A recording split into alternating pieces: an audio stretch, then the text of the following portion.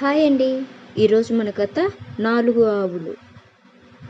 ఒక ఊరి చివర పచ్చని మైదానంలో 4 ఆవులు ఎంతో స్నేహంగా సఖ్యంగా ఉండేవి. కలిసిమెలిసి గడ్డి మేయడం, తిరగడం చేసేవి. ఇవి ఎప్పుడూ గుంపుగానే ఉండేవి.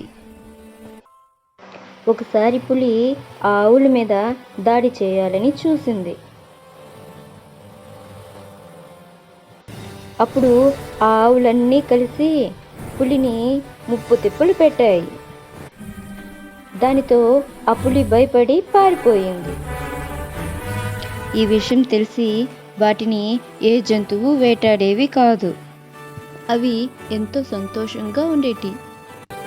అలా కొంతకాలానికి ఏదో విషయంలో వాటి మధ్య దెబ్బలాట జరిగి ఆ 4 ఆవులు విడిపోయాయి.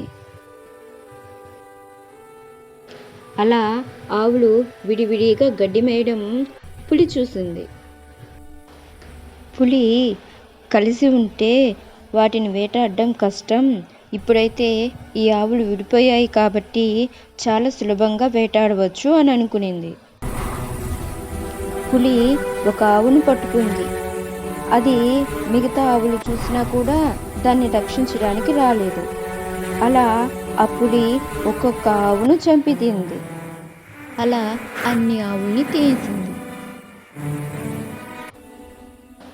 ఇలా ఎంతో స్నేహంగా కలిసి ఉన్న ఆవులు విడిపోవడం వల్లే ఇలా జరిగింది. అందుకే అంటారు ఐకమత్యమే మహాబలం అని. కథ అయిపోయింది. ఈ వీడియో మీకు నచ్చితే లైక్ చేయండి, షేర్ చేయండి, తప్పకుండా సబ్స్క్రైబ్ చేయండి. Thank you for watching.